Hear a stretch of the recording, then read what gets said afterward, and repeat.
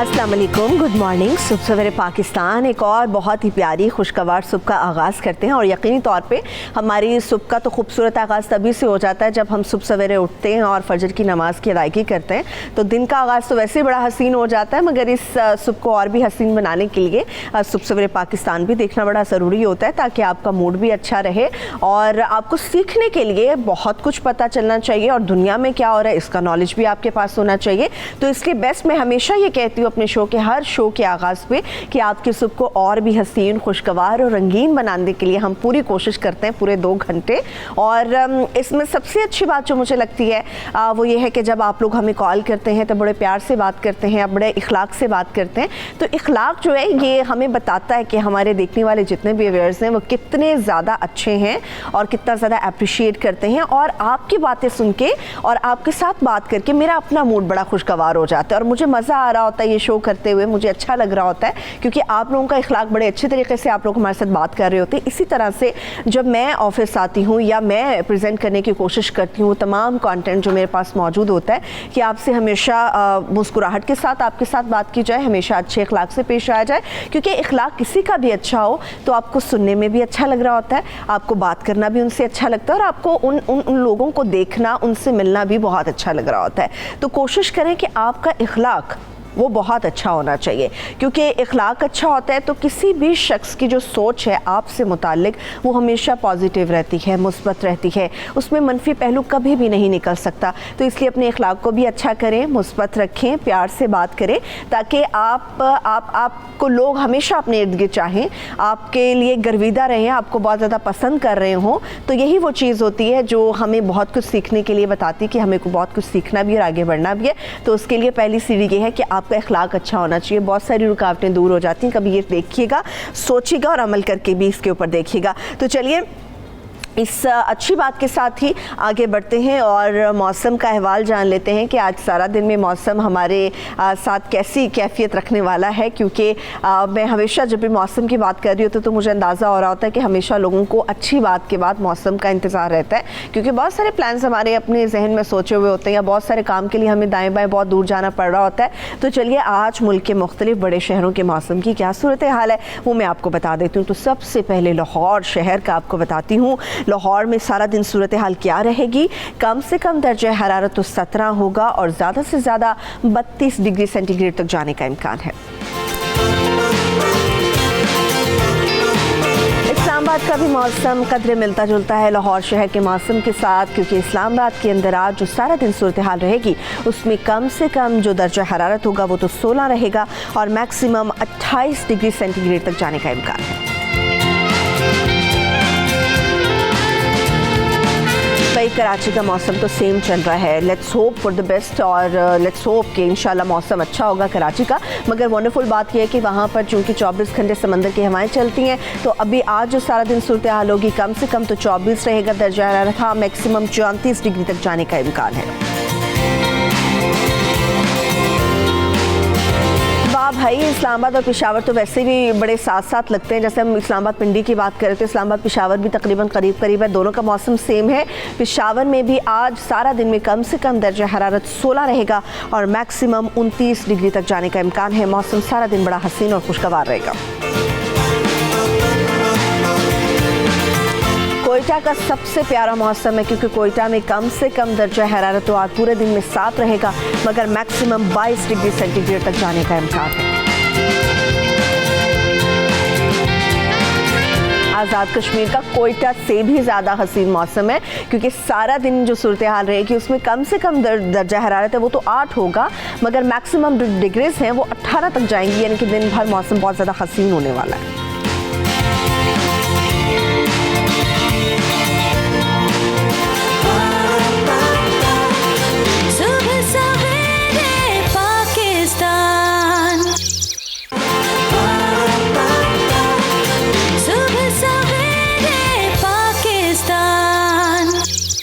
कुछ ऐसे एरियाज़ की, कुछ ऐसी जगहों की सैर हो रही है जिसको देख के वाकई हम शौक में मुब्तला हो जाते हैं कि क्या क्या हो रहा है इस मुल्क के अंदर। सैर ज़रूर कीजिए, मगर जो हसास जगह हैं हमारी या फिर जो सेंसिटिव हमारी बिल्डिंग्स हैं जहाँ पर सेंसिटिव मैटर्स को डिस्कस किया जाता है, वहाँ की अगर कोई सैर कर ले, कोई आम आदमी कर ले, और ख़ासतौर पर अगर टिकटॉक की बात करूँ तो डेफिनेटली हम सब शौक में मुब्तला हो जाएंगे। अभी ये जो एक टिकटॉक वाली चीज़ चल रही है, मेरे इस लफ्ज़ ने आपको सारी सिचुएशन क्लियर कर दी होगी कि वजारत ख़ारजा का इतना सेंसिटिव ये हिस्सा है पूरा, जहाँ पर बहुत ज़्यादा कश्मीर कॉज को डिस्कस किया जाता है, सेंसिटिव मैटर्स को डिस्कस किया जाता है। अगर कोई टिकटॉक स्टार वहाँ पर पहुँच जाए और फिर उस जगह पे पहुँच के वीडियोस भी बना ले, भारतीय गानों के ऊपर डांस भी हो जाए और पिक्चर्स भी हो जाएं, और रसाई की जब बात हो तो हमारे डेफिनेटली कान खड़े हो जाते हैं और हम सोचने पे मजबूर हो जाते हैं कि हमारे मुल्क में जहाँ पे इतनी सेंसिटिविटी फैली हुई है, बहुत सारे इंपॉर्टेंट मैटर्स को डिस्कस करना होता है, वहाँ पर एक आम खातून पहुँच के ये सारी चीज़ें कर ले। तो ये जानने की कोशिश करते हैं कल्प्रिट्स कौन है, इंक्वायरी हुई नहीं हुई, तहकीकात होंगी नहीं होगी, और बहुत सारे ऐसे मामला हैं जिसके ऊपर मैं मुल्क की सियासत के ऊपर भी बात करूँगी। उन सारे मामला पर बात करने के लिए आफ्टर अ लॉन्ग टाइम हमारे साथ सुहेल इकबाल भट्टी साहब, ब्यूरो चीफ इस्लामाबाद मौजूद हैं सुबह पाकिस्तान में। उनको वेलकम करते हैं। बहुत शुक्रिया भट्टी साहब, थैंक यू सो मच हमें ज्वाइन करने के लिए। भट्टी साहब, बहुत दिनों के बाद आपने हमें वक्त दिया, लेकिन ये वक्त बड़ा ज़रूरी था आपका चाहिए। वजारत ख़ारजा बड़ी संजीदा जगह है और इस बिल्डिंग में बड़े इंपॉर्टेंट मैटर्स को डिस्कस होता है, मगर जब इसको गैर संजीदगी के लिए इस्तेमाल किया जाने लगे तो बड़े सवालात भी उठ जाते हैं।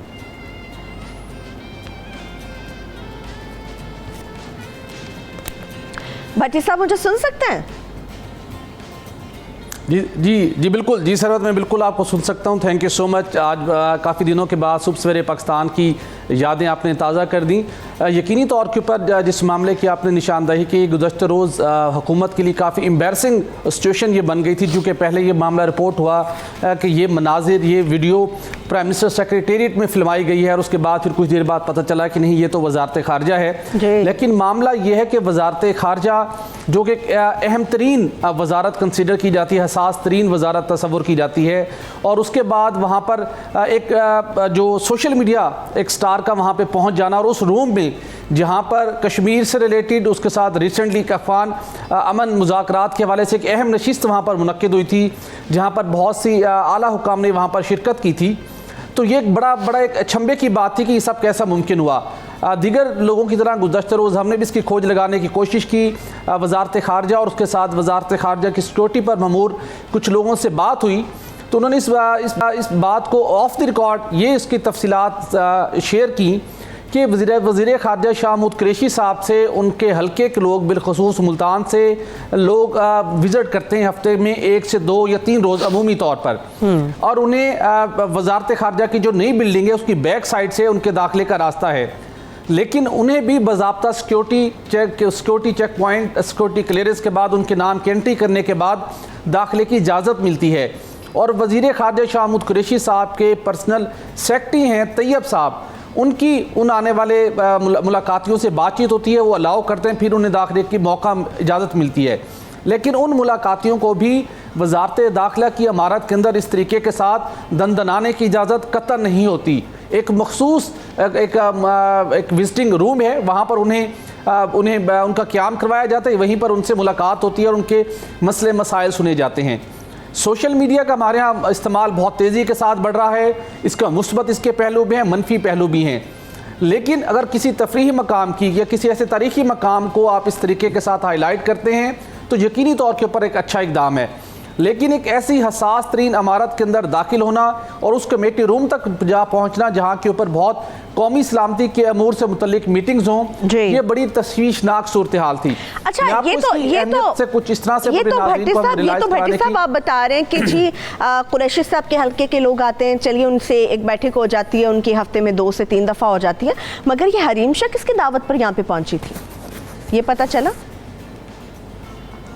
देखिए, शाह महमूद कुरैशी जी बिल्कुल पता चला। शाह महमूद कुरैशी साहब के पर्सनल सेक्रेटरी हैं जो कि उनके साथ प्राइवेट कैपेसिटी में काम करते हैं, तैयब उनका नाम है। उनकी परमिशन के बाद इनको वजारत ख़ारजा की इस बिल्डिंग में दाखिले की इजाज़त मिली और उसके बाद वो एक विजिटर के तौर पर आई। इस कमेटी रूम तक वो किसी सूरत नहीं पहुंच सकती थी, और जब वो यहाँ पर पहुंची, वहाँ पे उनके साथ जब उन्होंने वीडियो बनाई, उस वक्त भी वहाँ पर कुछ लोग उनके साथ मौजूद थे। हाँ। इस मामले के साथ जुड़ी हुई कुछ मज़ीद तफसीलात आज 92 न्यूज़ के 12 बजे के बुलेटिन के अंदर हम ब्रेक करेंगे कि सिर्फ ये टिकटॉक स्टार नहीं, बल्कि इस अहम तरीन वजारत के अंदर, हसास तरीन अमारत के अंदर एक और भी ऐसी शख्सियत हैं जो कि वज़ीर ख़ारजा शाह महमूद कुरैशी के इंतहाई करीब हैं।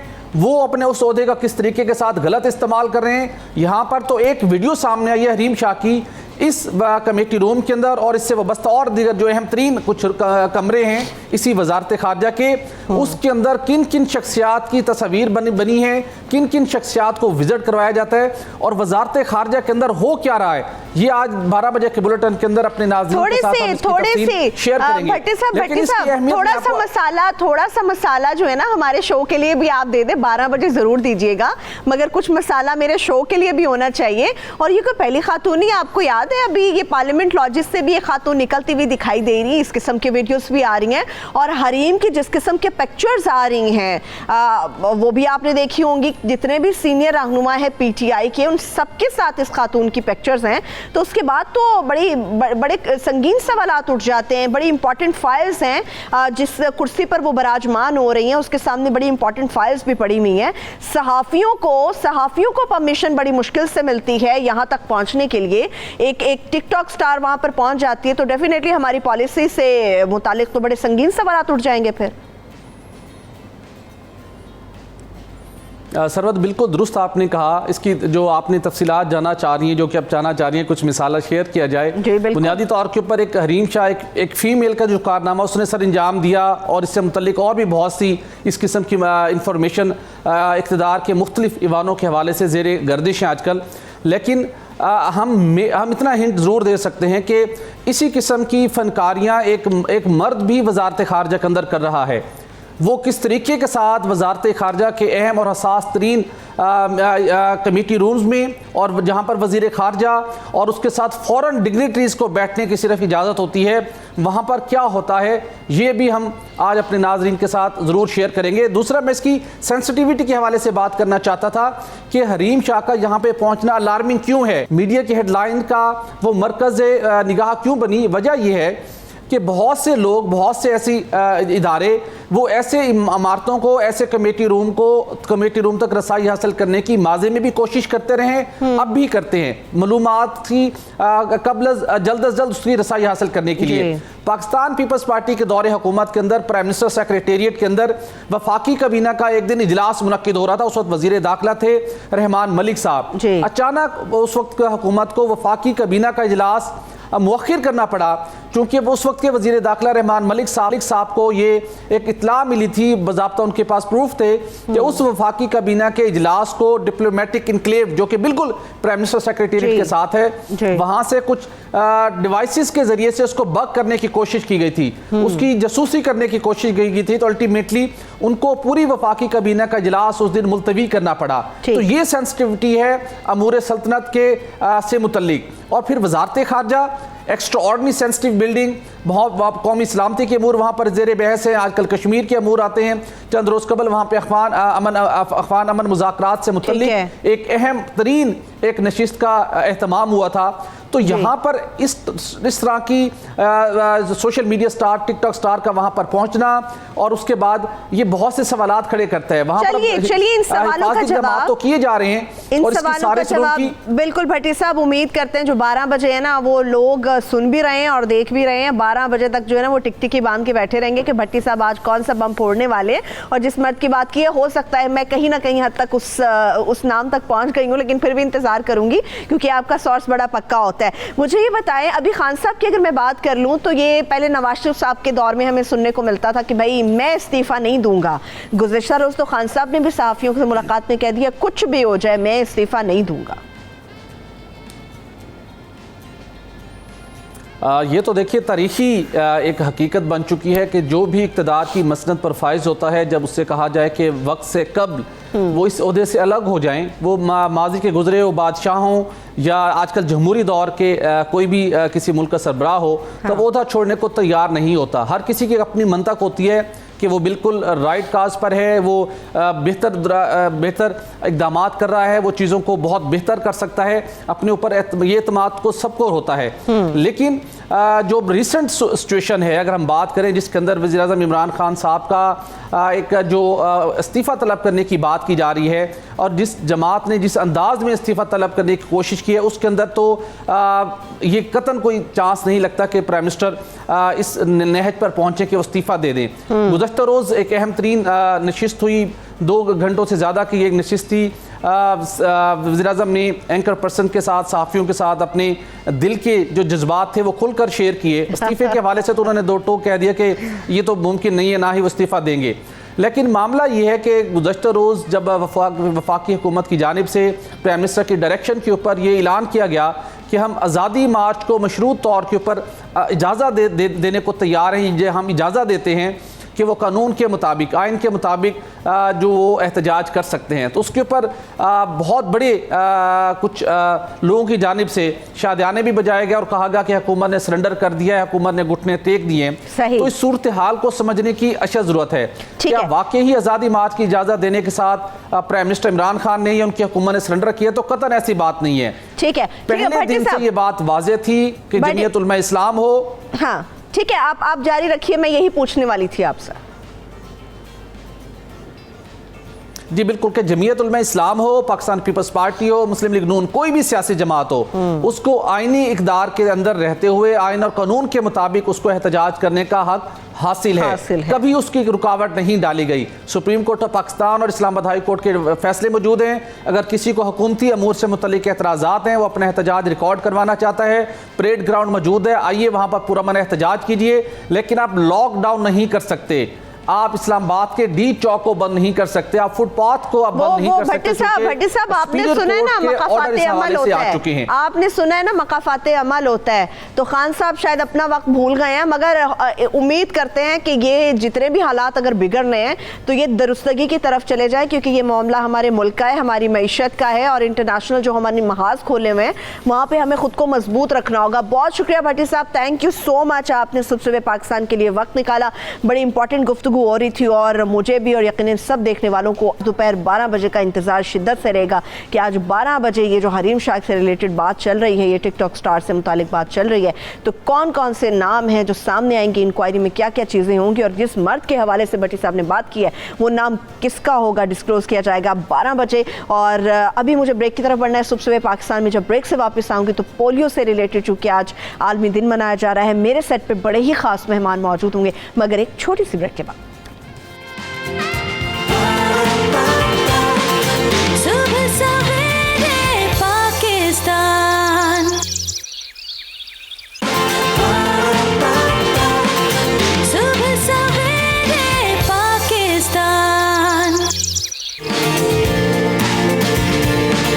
Welcome back. जिस तरह से मैंने पोलियो से रिलेटेड बात की थी कि आज पोलियो का आलमी दिन मनाया जा रहा है और ये भी आपसे कहा था कि एक छोटी सी ब्रेक से जब मैं वापस आऊँगी तो मेरे साथ बड़े ही ख़ास मेहमान मेरे साथ सेट पे मौजूद होंगे और इन मेहमानों का मैं तारुफ आपके साथ करा देती हूँ, फिर हम पोलियो से रिलेटेड ख़ास तौर पर तफसील के साथ गुफ्तगू करेंगे।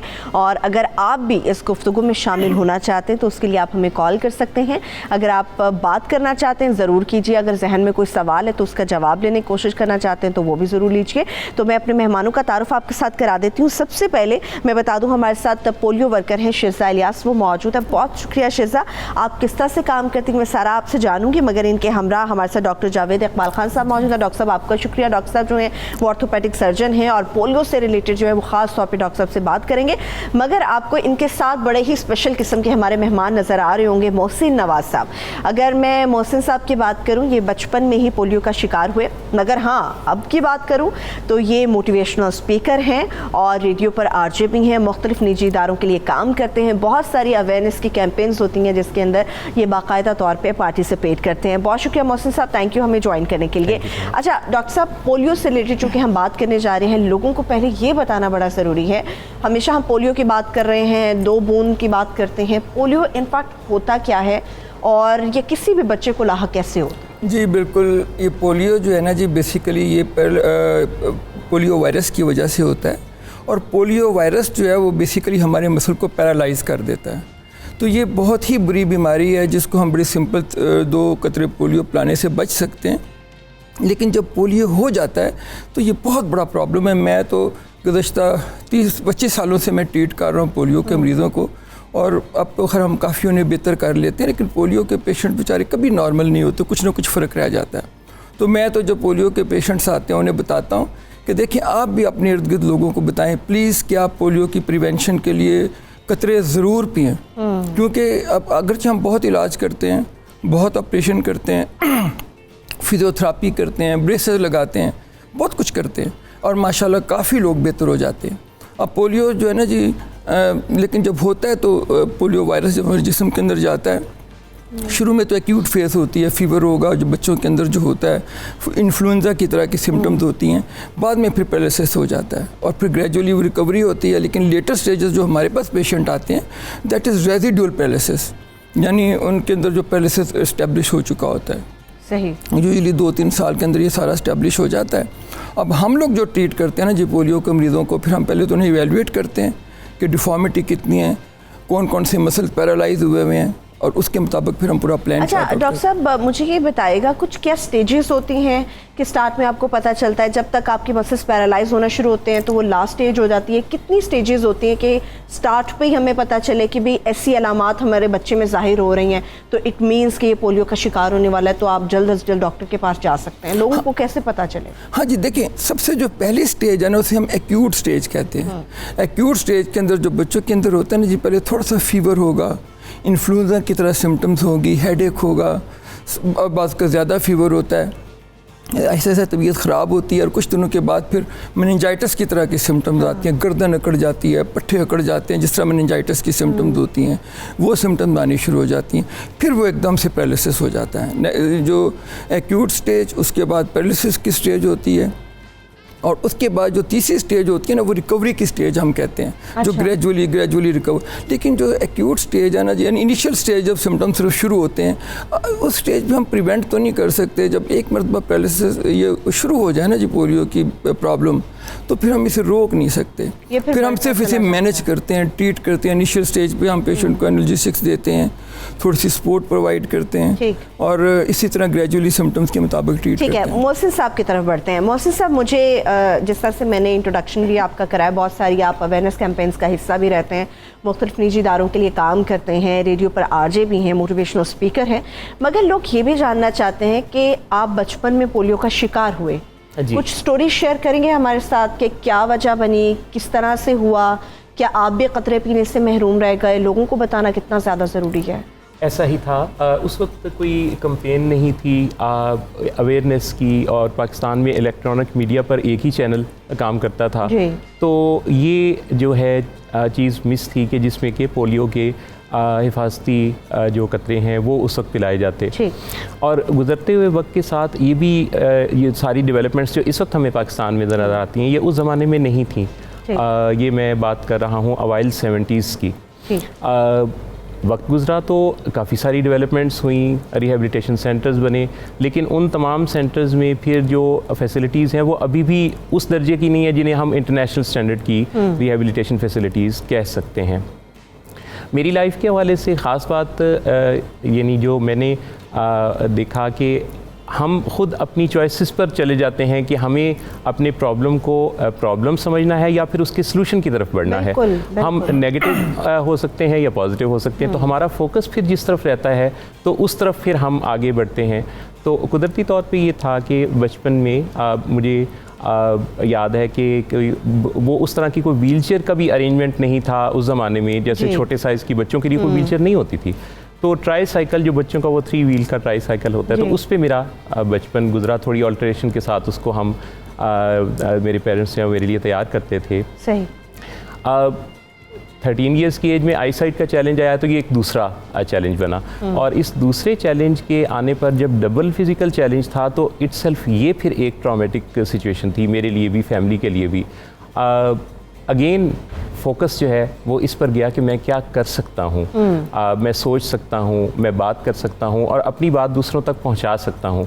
तो ये दरअसल एक ऐसा टर्निंग पॉइंट बना कि जिसके बाद से फिर ज़िंदगी के फ़ैसले हुए और प्लान किया कि ये इन सख्त फैसलों को, इन चैलेंजेस से नंबरदाज़मा होने के लिए आपकी फैमिली में से सपोर्ट किसकी ज़्यादा थी? किसने मोटिवेट किया कि नहीं भी मोहसिन, इट्स ओके, आपको ज़िंदगी में आगे बढ़ना है, आप अपनी जवानी की तरफ जा रहे हैं और आपको अपने लिए कोई रास्ता मुतय्यन करना है? आपने किस तरह से अपनी माजूरी को शिकस्त देने के बारे में सोचा? मेरी अम्मी, मेरे वालिद साहब, मेरी दोनों बहनें, इन्होंने काफ़ी ज़्यादा उस ज़माने में रोल अदा किया और हर मामले में इनकी तरफ से जो है वो मेरे लिए सपोर्ट मौजूद होती थी। गो कि मैं आपको बताऊं सरवत के अमूमी तौर पे लोगों की तरफ से इसलिए सवालिया निशान थे कि लोगों ने कोई रोल मॉडल नहीं देखा हुआ था। देखिए आज जब हम बात कर रहे हैं, मैं और आप बात कर रहे हैं, तो पाकिस्तान में 100 से ज़्यादा टीवी चैनल्स हैं।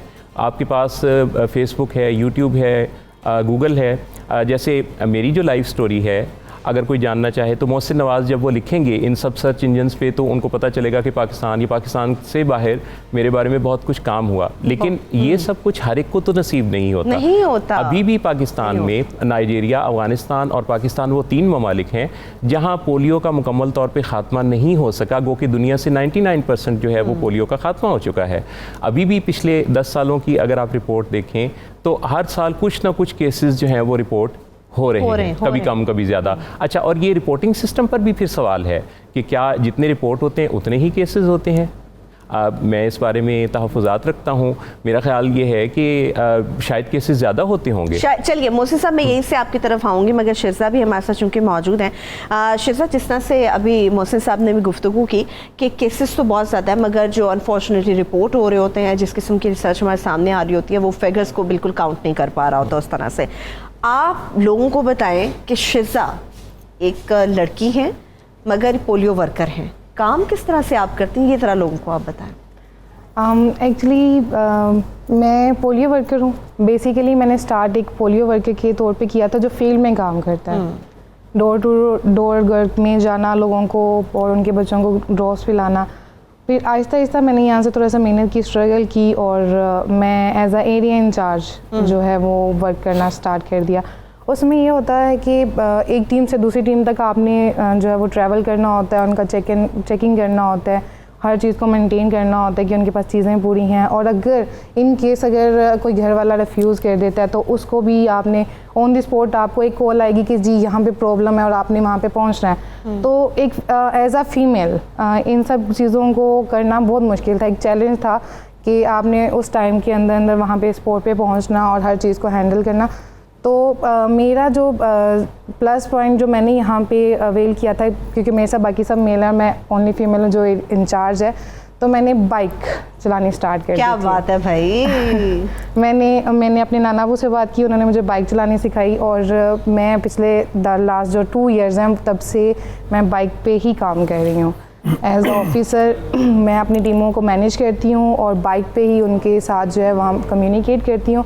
जैसे ही मुझे कॉल आती है कि मैम यहाँ पे थोड़ा सा प्रॉब्लम हो गया है, घर वाले ड्रॉप्स नहीं पिला रहे हैं या कोई भी किसी किस्म का इशू है या कोई हमारी चीज़ कम हो गई है, हमें वैक्सीन की मज़ीद ज़रूरत है। यकीन करें आपकी बात सुन के मुझे इतनी ज़्यादा खुशी हो रही है कि हम किस तरह से निकल रहे हैं। और ये वो खामोश कातिल है पोलियो, जिसको मारने के लिए, जिससे लड़ने के लिए हम लोग अपने घरों से निकले और इनके साथ ताउन कीजिए। यकीनी तौर पर खिराज अक़ीदत भी पेश करते हैं, सलाम भी पेश करते हैं तमाम पोलियो वर्कर्स को जो अपनी जानों पर खेलते हुए मुल्क के मुख्तलिफ हिस्सों में परफॉर्म कर रहे होते हैं, जा रहे होते हैं। डोर टू डोर कैंपेन चल रही होती है, उनके बच्चों के लिए कतरे पिलाने के लिए जाते हैं, 10 बातें भी सुनते हैं, कड़वी बातें भी सुनते हैं, मगर वो दिल पे नहीं लेते और उनके बच्चों के फ्यूचर को अजीज़ रखते हैं। तो यकीन तौर पे सलाम पेश करते हैं। और आपको ये फुटेजेस भी नज़र आ रही होंगी, आपको नज़र आ रहा होगा कि शिरज़ा किस तरह से काम करती हैं। और शिरज़ा जैसी और भी बहुत सारी बहादुर और बाहिम्मत ख़वातीन पूरे मुल्क में काम कर रही हैं। और वाकई अगर आप भी शिरज़ा से बात करना चाहते हैं, डॉक्टर साहब से बात करना चाहते हैं, मोहसिन नवाज़ साहब से ज़िंदगी के बारे में कुछ पूछना चाहते हैं, कुछ सीखना चाहते हैं, तो ज़रूर हमें कॉल कीजिए।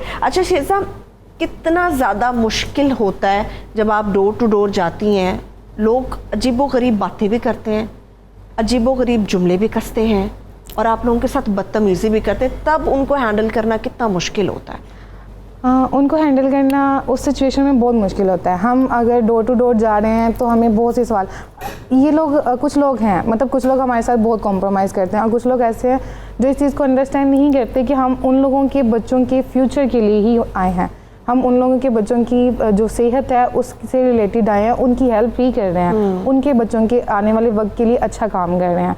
तो ये लोग, वो लोग कुछ ऐसे नहीं सोचते हैं, तो वो फिर हमें जुमले कहते हैं, जी आप लोग तो मुँह उठा के आए दिन चले आते हो, आप लोगों को तो और कोई काम ही नहीं है, यही एक काम रह गया है, गवर्नमेंट को और किसी चीज़ का नहीं पता, सिर्फ पोलियो ही ख़त्म करना है इन लोगों ने।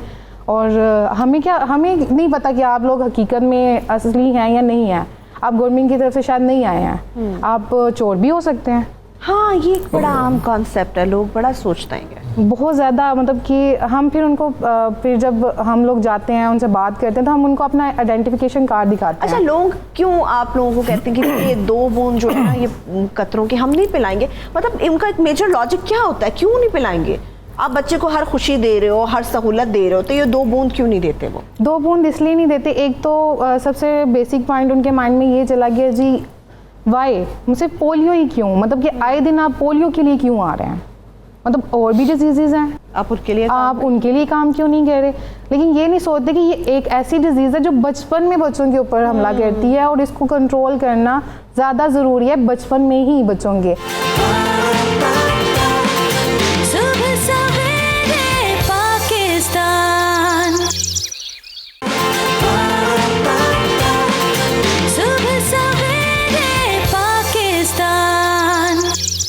अच्छा डॉक्टर साहब, मुझे ये बताएं, बहुत सारे लोगों का, मैं शिजा से भी ये बाद में सवाल करूंगी, मगर अभी आपसे जानना चाहती हूँ, लोग आपके पास जब आते होंगे या बड़े लोगों का ये एतराज़ होता है, जी हमने तो अपने बच्चे को प्रॉपर वैक्सीन पिलाई थी, उसके बावजूद हमारा बच्चा पोलियो का जो है वो मरीज़ हो गया, पोलियो का शिकार हो गया।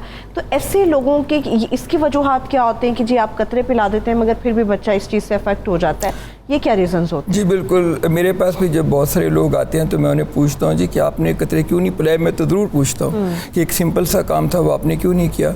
तो ज़्यादातर लोगों ने तो नहीं खैर पिलाए होते, लेकिन कुछ लोग ये कहते हैं कि हमने पिलाए थे जी, लेकिन हमें उसके बावजूद पोलियो हो गया। अच्छा, उसकी शायद वजह यह है कि जो पोलियो वैक्सीन जो है ना जी, इनको एक प्रॉपर टेम्परेचर पे हमें रखना होता है थ्रू आउट, और अगर ये इसकी प्रॉपर केयर ना हो, जब हम इसे ट्रांसपोर्ट करते हैं, जब पेशेंट तक पहुँचते मल्टीपल स्टेप्स होते हैं, तो वहाँ कहीं ना कहीं कोई गड़बड़ होती है, तो शायद इस वजह से उसका इफ़ेक्ट नहीं होता, और पोलियो वैक्सीन लेने के बावजूद जो है ना उन्हें problem, that is the only reason. Otherwise तो पोलियो वैक्सीन बहुत इफ़ेक्टिव है। जब से ये पोलियो वैक्सीन अब लोग लेते हैं तो माशाल्लाह, जब मैं 97 में मैं प्रैक्टिस करता था तो डेली हमें ढेर सारे पेशेंट होते थे, 15-20 पेशेंट होते थे पोलियो के। लेकिन अब अल्लाह का शुक्र है, खुशी है कि पोलियो के उतने पेशेंट्स नहीं होते जैसे पहले होते थे, बल्कि ज़्यादा पुराने पेशेंट हैं, नए पेशेंट बहुत कम है। तो अवेयरनेस तो आ रही है लोगों के अंदर। तो वैक्सीन के पीने की वजह से जो अगर होता है, एक तो मेरा ख्याल है लोगों को मिसअंडरस्टैंडिंग है, शायद कोई और वैक्सीन ली हो या प्रॉपर वैक्सीन पी ना हो, ये वजह हो सकती है। चाहिए, लेकिन अल्लाह का शुक्र है कि बड़ी हद तक हमारे मुल्क में कंट्रोल भी हो गया हुआ है, और कोई चेदा ऐसे केसेस होते हैं जो निकल रहे होते हैं। मैं एक बात मैं चाहूँगा कि डॉक्टर जावेद इस बारे में भी ज़रूर बात करें कि लोगों के मिसकंसेप्शंस यहाँ तक भी हैं कि पोलियो ड्रॉप्स पीने के बाद शायद उनके यहाँ कुछ ऐसे बच्चे में प्रॉब्लम्स आ सकते हैं कि वो नेक्स्ट जनरेशन के लिए वो पूरी तरह फिज़िकली फ़िट नहीं रहता। अच्छा, जो दरअसल वजह भी बनी इस कैंपेन के अगेंस्ट, तो ये गलतफहमी भी लोगों की हमें ज़रूर दूर करनी चाहिए। बिल्कुल, इस पर भी मोहसिन साहब बात करते हैं। अच्छा शेर साहब, मुझे बताएं, जिससे डॉक्टर साहब ने कहा कि एक बाकायदा टेम्परेचर होता है, वैक्सीन तो बड़ी जो पोलियो की बूंदें होती हैं बहुत ज़्यादा इफेक्टिव होती है, लेकिन अनफॉर्चुनेटली कभी होता है कि ट्रांसपोर्टेशन या फिर वैक्सीन में मतलब टेम्परेचर वो बराबर का नहीं रहता। लोगों को थोड़ा आप बताएं कि आपको किस तरह से पता चले कि ये वैक्सीन बिल्कुल ठीक है, और जो पोलियो वर्कर काम कर रहा है फील्ड में उसको कैसे पता चले कि मुझे इस टेम्परेचर के अंदर इसको रखना है हर सूरत? अच्छा, उसके लिए मैं आपको एक तो सबसे पहली बात की, जो लोग ये कहते हैं कि हमने पोलियो ड्रॉप्स पिलाए थे और उसके बावजूद हमारा बच्चा जो है वो पोलियो का शिकार हो गया, तो उनमें कुछ लोग ये ऐसे होते हैं जो घर आने वाले पोलियो वर्कर से ड्रॉप्स नहीं पिलाते, वो प्रेफर करते हैं कि जी जो हॉस्पिटल्स में पिलाए जा रहे हैं हम वहाँ चले जाते हैं। अच्छा, इसमें कोई प्रॉब्लम होता है कि हॉस्पिटल में नहीं, प्रॉब्लम नहीं होता, बेसिकली वहाँ पे भी हमारे लोग ही बैठे होते हैं। लेकिन जैसे अब वैक्सीनेशन को ले लें, हम गवर्नमेंट जो है वो फ्री ऑफ कॉस्ट पैदाइशी इंजेक्शन से लेके 2 इयर्स तक जितने भी इंजेक्शन लगा रही है। लेकिन कुछ लोग ऐसे हैं जो अमीर तबके से ताल्लुक़ रखते हैं, तो हम उनसे अगर बात करते हैं, उनके घर जाते हैं और वैक्सीनेशन के लिए भी कहते हैं तो कहते हैं नहीं हम हॉस्पिटल से लगवाएंगे। इवन डेट वो वहाँ पे पे करते हैं 5,000 10,000 पे करके इंजेक्शन लगाते हैं, जबकि वही इंजेक्शन सेम चीज़ जो है वो गवर्नमेंट फ्री ऑफ कॉस्ट कर रही होती है। तो थोड़ा सा होता है डिफरेंस। अब जो हम वर्कर्स अपने फील्ड में भेजते हैं उनको हम एक प्रॉपर ट्रेनिंग देते हैं। हमारी जो वैक्सीन है वो एक कूल चेन होती है जिसके ज़रिए से यहाँ तक पहुँचती है। उसको जितना टेम्परेचर चाहिए होता है फर्स्ट स्टेप से लेके लास्ट स्टेप हमारी फील्ड के वर्कर्स के हैंड कैरियर में आने तक की जो वैक्सीन होती है उस टेम्परेचर को मेंटेन रखा जाता है। और उसके बाद भी हम वर्कर को इस तरह से ट्रेनिंग देते हैं कि उसकी जो वैक्सीन होती है उसके ऊपर एक वायल मॉनिटर वैक्सीन जो होता है वो एक होता है लोगो लगा हुआ होता है, उसको कैसे चेक करना है, कैसे आपको पता चलेगा कि वो खराब है, उसी से अंदाजा होगा। डॉक्टर साहब लास्टली कोई मैसेज देना चाहें देखने वालों को पोलियो से रिलेटेड? जी बिल्कुल, मैं सबसे पहले तो मैसेज देना चाहूँगा जी कि जो पोलियो वैक्सीन बिल्कुल सेफ़ है। इसके बारे में जितनी भी बातें की जाती हैं वो बिल्कुल गलत प्रोपेगेंडा है, लोगों की बातों में मत आएँ। अब मैं सब पेरेंट्स से रिक्वेस्ट करूंगा कि देखिए आप अपने बच्चों के लिए इतना कुछ करते हैं, माँ बाप अपने बच्चों के लिए पढ़ाई के लिए सारा कुछ, ये सबसे इम्पॉर्टेंट बात है कि पोलियो को अपने बच्चों को पोलियो से बचाने के लिए वैक्सीन ये कतरे पिलाएं। मैंने अपने दोनों बच्चों को कतरे पिलाए सबसे पहले और सबको मैं ये मैसेज दूंगा। एक बात, दूसरा एक मैसेज और दूंगा कि मैं पोलियो के पेशेंट्स को देखता हूँ फिज़िकल डिसेबिलिटी के अलावा सबसे बड़ा प्रॉब्लम साइकोलॉजिकल प्रॉब्लम होती हैं। मैं उन्हें बताता हूँ नहीं, ये मेरे पास मोहसिन साहब बैठे हैं, मैं इनसे मिला, मुझे बड़ी खुशी हुई। वो शायद मुझसे ज़्यादा माशाल्लाह वो सर्विस कर रहे हैं, काम कर रहे हैं, लोगों को इनकी जो एनर्जी लेवल देख के मुझे पता लगा कि मुझे तो इनसे सीखने की ज़रूरत है। चलिए एक मैसेज जो है ना वो मोहसिन साहब से मिले थे। मोहसिन साहब देखने वालों के लिए एक अच्छा सा मैसेज दीजिए। डिसेबिलिटी की मुख्तलिफ नौयतें होती हैं। हो सकता है कि आपकी डिसेबिलिटी की नौयत ये हो कि आपको अपने रिश्तों में कहीं एतमाद खोया हुआ हो, कहीं आप किसी घर में इस वक्त सास बहू के दरमियान अच्छी अंडरस्टैंडिंग ना हो सकता है कोई अपनी जो स्टूडेंट लाइफ है उसमें सक्सेस हासिल ना कर रहा हो, या हो सकता है कि पोलियो या किसी और बीमारी की वजह से फ़िज़िकल डिसेबिलिटी में आप हों। याद रखिए कि रुकावट आ जाने के बाद कोशिश छोड़ देना असल नाकामी है। कभी भी हार ना माने, ज़िंदगी में आगे बढ़ें और भरपूर ज़िंदगी में आगे बढ़ें। ये बहुत ही खूबसूरत प्यारा मैसेज है। बहुत शुक्रिया मोहसिन नवाज साहब आपका, डॉक्टर जावेद इकबाल खान साहब आपका भी, शिज़ा साहब का भी बेहद शुक्रिया। मुझे एक ब्रेक की तरफ बढ़ना है सुबह सुबह पाकिस्तान में। जब ब्रेक से वापस आएंगे तो आपको बताएंगे कि किस तरह से बाहर के ममालिक में काम करने वाले लोगों को हमारा पाकिस्तान का कल्चर, हमारी खूबसूरत वादियाँ और यहाँ के लोग मुतासिर कर रहे हैं।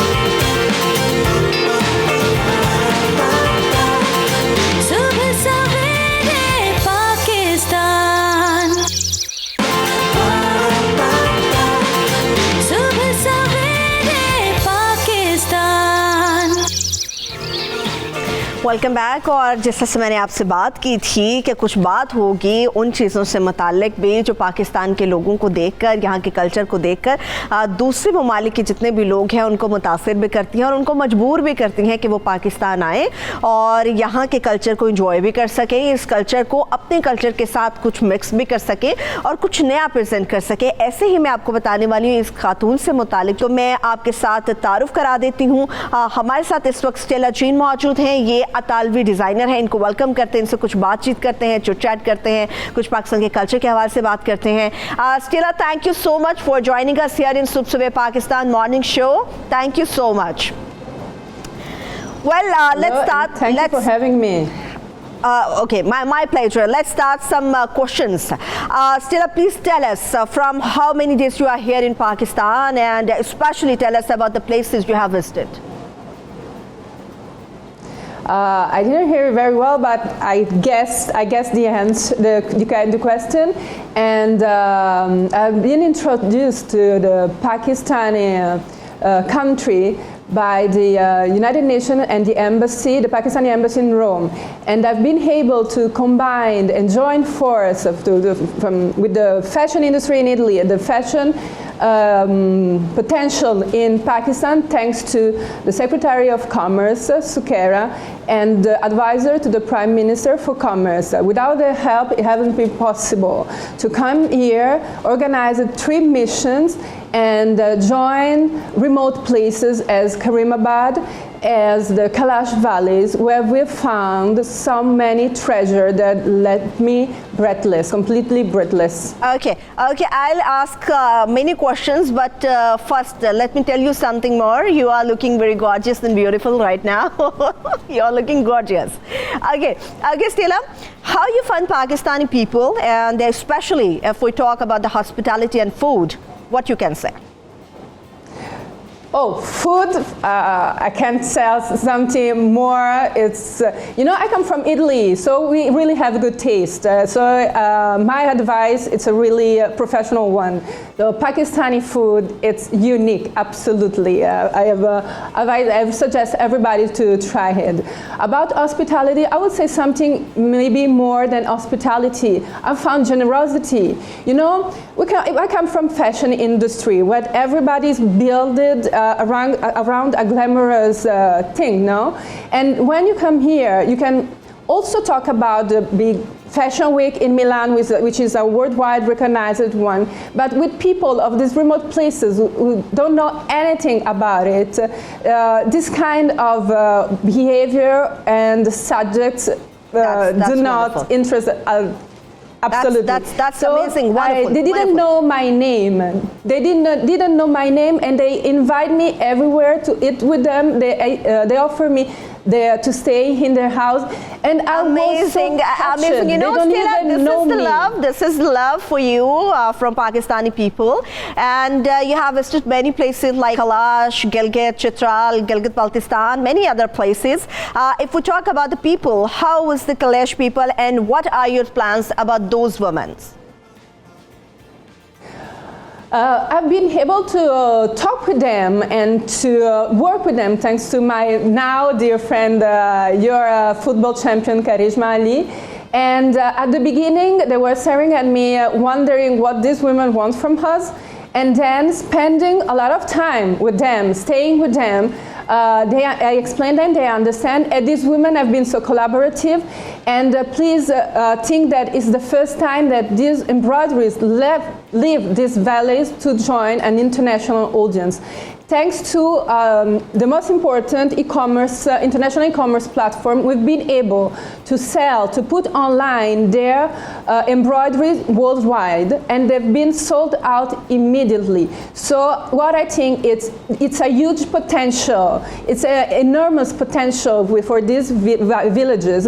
So it's not acceptable that they are at risk of extinction. We keep working. We have to keep working because these beauties, this cultural heritage can go worldwide. So we have no reason to just do a one-shot project, but I want to keep working with them. Okay, Stella, you are here in Pakistan because you like the culture, the dressing and heritage, many other things.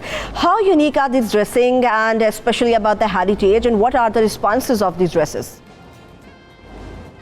Excuse me, can you repeat just the last part of the question? Okay, how unique are these dresses and our heritage you have adopted in this show, and what is the response of people? Which is the response worldwide? Sorry? Which is the response of this collection? Yes. You have to think that not only all the main fashion magazines spoke about it worldwide, but also media like the Wall Street Journal, with the article about the cultural bridge between Pakistan and Italy has been one of the most written ones. And then also CNN and many international media covered this important step, because it's an important step between Pakistan and Italy, and it's one of the sustainable goals of the UN SDGs. So it's maybe the first one, but first, I hope really first of many. And the response has been huge, much more than what have That's been, great. What we expected. Great. That's great. Okay, still a few words for Pakistani people to show your love. Sorry? I need your few words for Pakistani people to show your love. How they showed me the love? Yeah. It's incredible. You know, it's my ninth mission. It's my ninth mission in this project, which is called Laboratorio delle Nazioni, Laboratory of Nation, which women of different latitude from Italy and wherever in the world works together in a virtual international laboratory. And I have friends here. I have so many friends, from my guardian angel, Mr. Amtullah, from Emerging Pakistan Project, to the one that I said, Ms. Karishma Ali, and many others. We keep talking on the phone, we keep working together, and I didn't expect that much. Okay, and Stella, lastly, please believe me when I say... Lastly, Stella, any just when I say that my... Yeah, yes, please continue. That my advice about your country has completely changed. About Pakistan, we have many news, and mostly of them are wrong abroad. So if we can do something to change the idea and their mind about your country, which is completely different, I think it's an important big step. It's my pleasure to have you here in Subsuve, Pakistan, and thank you so much, Stella Jane. You have joined us. Thank you so much. It's good to see you here in Pakistan.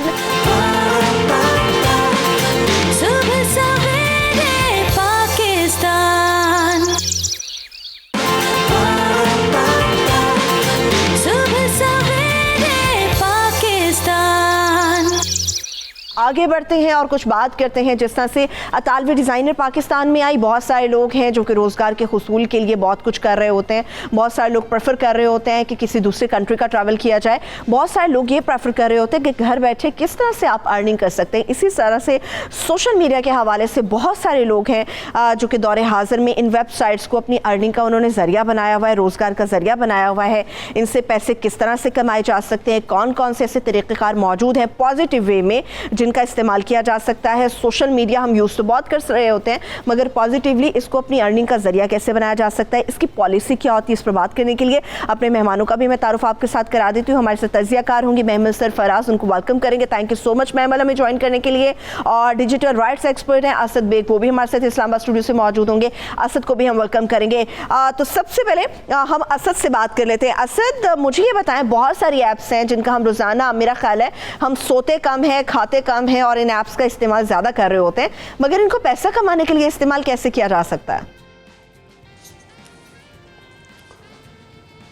Thank you Sarwat. ये जो आज आपका topic है ये मेरे दिल के बहुत करीब है और पिछले 2 साल से मेरा यही सब्जेक्ट रहा है। जो डिजिटल इकॉनमी है पाकिस्तान में, मैं थोड़ा सा यहाँ पे आपको ये बता दूँ कि हमारे पास अपॉर्चुनिटी क्या है। बहुत सारी बिजनेस इंटेलिजेंस फर्म्स हैं, उसमें एक का मैं अगर नाम ले दूं, IAB सिंगापुर, और इनका ये काम होता है कि ये पूरी दुनिया से बिजनेस इंटेलिजेंस डेटा इकट्ठा करते हैं और उस पर रिपोर्ट जनरेट करते हैं ताकि इन्वेस्टर्स जो हैं वो उनको देख सकें। और उनकी जो इस साल की रिपोर्ट थी, उन्होंने 3 डिजिटल इकॉनमीज़ का नाम लिया था, पाकिस्तान, इंडिया और श्रीलंका, जो कि fastest growing digital economies of the world होंगी इन द ईयर 2019 एंड 2020। इसके अलावा एक और अमेरिकन बिजनेस इंटेलिजेंस रिपोर्ट थी जिसमें उन्होंने कहा था कि Pakistan is the highest growing digital advertising market. उसकी वजह यह है कि हमारा साइज अभी तक बहुत छोटा था और अब हम वो मार्केट नॉर्मलाइजेशन की तरफ जा रहे हैं, तो हमारी जो डिजिटल इकॉनमी है बहुत तेज़ी से बढ़ रही है। तो ये तो एक बहुत ज़बरदस्त अपॉर्चुनिटी है हमारे पास। अच्छा, अब इसमें मैं एक बात ये बताना चाहूँगा कि जो हमारी गवर्नमेंट अनफॉर्चुनेटली फेल हो रही है कम्प्लीटली इस अपॉर्चुनिटी से फ़ायदा उठाने के लिए। नंबर 1, सबसे पहले तो ये कि जो हमारे कंटेंट क्रिएटर्स हैं, अनफॉर्चुनेटली जब वो आप उनको लार्जर स्कीम ऑफ थिंग्स में देखें तो वो बहुत नीचे आते हैं। उसका मतलब ये है कि एक अमेरिका में कोई आदमी है, औरत है, वो एक वीडियो बनाएगा तो उसकी जो मोनेटाइजेशन होगी वो बहुत फ़र्क होगी उससे जो कि पाकिस्तान में, बिकॉज बाइंग पावर नहीं है जो लोग एडवर्टाइजर्स एंड सो ऑन, वो द होल साइंस आपको पता है उसका। जो एक काम जो गवर्नमेंट को करना चाहिए था पिछले 2 साल में वो नहीं हो सका, वो एक ई-पेमेंट सिस्टम था।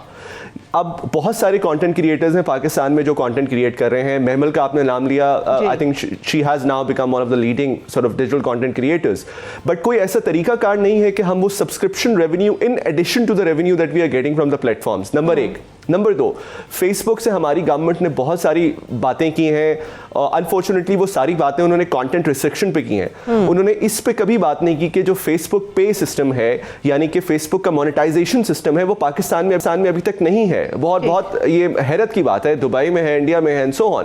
एक वीडियो जो आप पाकिस्तान से बनाते हैं उस पर फेसबुक की मोनेटाइजेशन नहीं हो सकती। आई थिंक ये जो 2 बड़े इशूज़ हैं इन पे गवर्नमेंट कंप्लीटली फेल हो रही है अभी तक काम करने में। अच्छा, ये फेल क्यों हो रही है? महमल से जान लेते हैं। गवर्नमेंट को बड़ा सीरियस इंपॉर्टेंट मैटर है ये महमल, जिसके ऊपर बड़ी तवज्जो देने की भी ज़रूरत है, क्योंकि हर शख्स एडिक्टेड है इस चीज़ का, मगर इसमें फेलियर की गुंजाइश कहीं बचती नहीं है। देखिए, मैं आपको बताऊं कि ये कोई एक मसला है कि ये लोग बहुत बिजनेस फ्रेंडली होते नहीं है। कहती तो है हमारी हुकूमतें कि हम जो है चाहते हैं कि इन्वेस्टमेंट आए, बाहर से आए, लोग आए, लेकिन जब गूगल और फेसबुक या असद ने जिस तरह बात की, असद ने तो ज्यादा इसके ऊपर काम भी किया हुआ है, जब ये फेसबुक और इस सब की बात करते हैं गूगल की, तो सिक्योरिटी कंसर्न्स आ जाती हैं जिसकी समझ नहीं आती, क्योंकि सारी दुनिया भर में मतलब जो बहुत ही सिक्योरिटी स्टेट्स भी है, जिस तरह चाइना भी है, उन्होंने भी गूगल और को एक ऑफिशियल उधर दी हुई है, ठीक है, उनकी वो पॉलिसी उधर मानते हैं, जो भी हम आप उनसे निगोशिएट कर सकते हैं। तो मेरे ख्याल में पाकिस्तान तो वैसे ही डिसमिस कर सकता है। देखिए, बहुत बड़ी कंपनी जिस तरह अमेजॉन हो गया और इस तरह की कंपनीज है, वो पाकिस्तान में अभी तक क्यों नहीं? उनको होना चाहिए था। मतलब बहुत बड़ी कंपनी है अमेजॉन, और वो ये नहीं है कि सिर्फ उनका एक टीवी है, उनका वो वाला कंटेंट है, वो एक्चुअली डिलीवरी सर्विस भी है, यानी उधर शॉपिंग भी होती है। ये जिस तरह असद ने पहले भी बात की कि आप देखिए पाकिस्तान में अभी तक पेपैल नहीं है, पाकिस्तान में भी बहुत सारी इस तरह जो ई पेमेंट के जो एवेन्यूज हैं वो हम खोलते ही नहीं है, और जब तक हम वो नहीं करेंगे तो सच्ची जो बात है, पाकिस्तान के अंदर आप रेवेन्यू उस तरीके से नहीं कमा सकते जो एक पोटेंशियल है आपकी वेबसाइट्स में, आपकी यूट्यूब चैनल्स में, आपके फेसबुक कंटेंट पे। वो वाली मोनेटाइजेशन हो ही नहीं सकती जब तक कि आप ये बाकी सब चीजें जो है वो गवर्नमेंट की तरफ से फैसिलिटेट नहीं होंगी और शुरू नहीं होंगी। फेसबुक का तो इधर हेडक्वार्टर भी नहीं है, उनके तो जो पाकिस्तान रेप है वो भी इधर, उन्होंने तो ऑफिस भी नहीं अपना इधर बनाया हुआ। तो ये जो है एक बड़ी प्रॉब्लमैटिक बात है। ये प्रॉब्लम तो वाकई है। पिछले दिनों जो ट्विटर का इशू चल रहा था, कश्मीर कॉज से रिलेटेड बहुत सारे इश्यूज बन गए थे, किस तरह से एकतरफा तौर पे ट्विटर अकाउंट्स बंद किए जा रहे थे, तो तब भी हम यही बात कर रहे थे कि पाकिस्तान में बाकायदा तौर पे कोई ऐसा ऑफिस नहीं है जहाँ पर जाके इस आवाज़ को उठाया जा सके। असद मुझे ये बताएगा, बहुत सारे लोगों का कॉन्सेप्ट है, आप सोशल मीडिया पर जब कोई अपना कोई चैनल शुरू कर रहे हैं या कुछ भी कर रहे हैं, उसके ऊपर आप कुछ अपलोड करते हैं तो जितने ज़्यादा लोग उसको देख रहे होते हैं उतने ज़्यादा बेहतर तौर पर आपको पैसे भी मिल रहे होते हैं, आप उसको कमाई का जरिया भी बना सकते हैं। एक तो लोगों को थोड़ा ये बताएं कि अपनी वीडियो को ज़्यादा से ज़्यादा लोगों तक फैलाने का तरीक़ेकार क्या होता है, और लोगों को थोड़ा ये भी कॉन्सेप्ट उनका क्लियर करें कि पैसा आप कमा सकते हैं, मगर उसकी अर्निंग कब और कैसे शुरू होती है। देखिए, जो एक फार्मूला है ना चाहिए इंटरनेट पे कंटेंट क्रिएटर्स के लिए, वो है क्वालिटी कंटेंट। ये एक फार्मूला है जो कि उनको फॉलो करना चाहिए और फॉलो करना पड़ता है हर एक को। अब इसमें मसला क्या है? इसमें मसला ये है कि यूट्यूब या internet is a truly universal medium. So मैं आपको एग्जांपल देता हूँ। फॉर इंस्टेंस, जो इंडिया के डिजिटल कंटेंट क्रिएटर्स हैं, they are working with extremely high end cameras, they are working with extremely high end equipment. अच्छा, जब उनका प्रोडक्ट आता है तो उसको आपको compete करने के लिए उतना ही या उससे बेहतर बनाना पड़ेगा, या किसी से भी compete करने के लिए। फॉर इंस्टेंस, जो अमेरिकन्स हैं, जो content creators and so on, तो जब तक आपकी वो क्वालिटी एट पार नहीं होगी, अनफॉर्चुनेटली आपको व्यूअरशिप या आपको क्लिक्स उसके या व्यूज़ नहीं मिलेंगे। नंबर 1। नंबर 2, क्वालिटी कंटेंट की एग्जांपल्स मैं आपको देता हूँ। फॉर इंस्टेंस, महमल बैठी हुई है, the current I think is one of the most, जिसको मैं अगर मैं उर्दू में कहूँ कि बहुत अच्छा उसका कंटेंट है और वो बहुत पॉपुलर भी हो रहा है। आप ये देखिए कि उसके व्यूज़ भी बहुत ज़्यादा आ रहे हैं। लेकिन मैं दोबारा उसी बात पे आऊँगा। देखें, मैं दोबारा उसी बात पे आऊँगा कि ये एक प्रोसेस होता है। जब तक वो कंटेंट क्रिएट कर रहे हैं उसके व्यूज़ आते रहेंगे, जब तक वो मोनेटाइज नहीं होगा तब तक ये एक बहुत बड़ा डिस्करेजमेंट है। महमल अगर कंटिन्यू करती हैं उस पर कंटेंट प्रोडक्शन, वो एक अच्छी बात है, लेकिन शायद बहुत ज़्यादा लोग नहीं कर सकेंगे जब तक वो मोनेटाइजेशन नहीं आएगी। और वो मोनेटाइजेशन सिर्फ तब आएगी जब आपकी गवर्नमेंट टू गवर्नमेंट लेवल पे या गवर्नमेंट टू कॉर्पोरेशन लेवल पे बात होना शुरू होगी। नंबर 3, आपने बात की कि पाकिस्तान में जो वीडियोज़ हैं उनके व्यूज़ किस तरह बढ़ाए जाएँ एंड सो ऑन। अच्छा, ये एक बड़ा इंपॉर्टेंट मैटर है जिसको हमें थोड़ा सा डिस्कस करना चाहिए। देखें जो YouTube की मोनेटाइजेशन है वो बेसिकली परचेस पावर की उसके बेसिस पे इंडिकेटर्स पे काम करती है। उसका मतलब ये है कि मैंने पहले भी एग्जांपल दी, एक वीडियो अगर अमेरिकन बनाता है और वो अमेरिकन पॉपुलेशन ज़्यादा देख रही है और उनकी बाइंग पावर ज़्यादा है, उनके पास क्रेडिट कार्ड्स हैं एंड सो ऑन, तो उसकी मोनेटाइजेशन वीडियो की ज़्यादा होगी। वर्सेस अगर वो पाकिस्तान में ज़्यादा देख रहे हैं लोग, तो पाकिस्तान में लोगों की बाइंग पावर नहीं है, क्रेडिट कार्ड्स भी नहीं है एंड सो ऑन, तो उसकी मोनेटाइजेशन कम होगी। जब तक ये हम लोगों को समझाना नहीं शुरू करेंगे कि जो आपका कंटेंट हो वो इतना डाइवर्स हो कि उसको लोग पूरी दुनिया में देखें और रिलेट कर सकें। बहुत बड़ी एक कम्युनिटी है पाकिस्तानीज़ ओवरसीज़ की जिनके पास बहुत बड़ी डिमांड है इस कंटेंट की, लेकिन अगर हम वो जहन में नहीं रखेंगे तो फिर हम सिर्फ स्पेसिफिकली फोकस करेंगे कि ऐसी मार्केट पे जहाँ पे हमें मोनेटाइजेशन नहीं मिलेगी। अनफॉर्चुनेटली ये बहुत बड़ी साइंस है, बट मैं आपको 2-3 इंपॉर्टेंट पॉइंट्स बता रहा हूँ जी।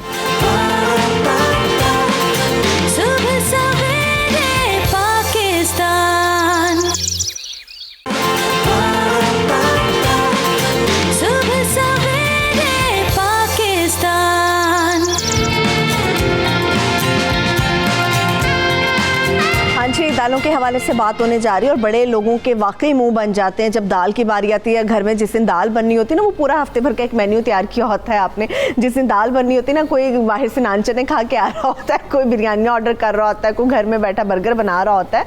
तो ये चीज़ें होती हैं जब बेचारी दाल की बारी आती है। तो दाल के फ़ायदे कितने होते हैं ये मैं आपके साथ शेयर करूँगी, और इसके लिए मैं अपने गेस्ट जितने भी हमारे साथ मौजूद हैं उनका तारुफ भी आपके साथ करा देती हूँ। हमारे साथ आयशा मौजूद है, ये शेफ़ हैं और आयशा से बड़े फ़वाइद हम जानेंगे। आयशा, थैंक यू हमें ज्वाइन करने के लिए। बहुत ही प्यारी माहिर ग़िज़ाई डॉक्टर फरजीन भी हमारे साथ मौजूद है। डॉक्टर फरजीन, आपका बहुत शुक्रिया। और इसके साथ साथ रिजवान साहब भी मौजूद है, ये भी एक शेफ़ है।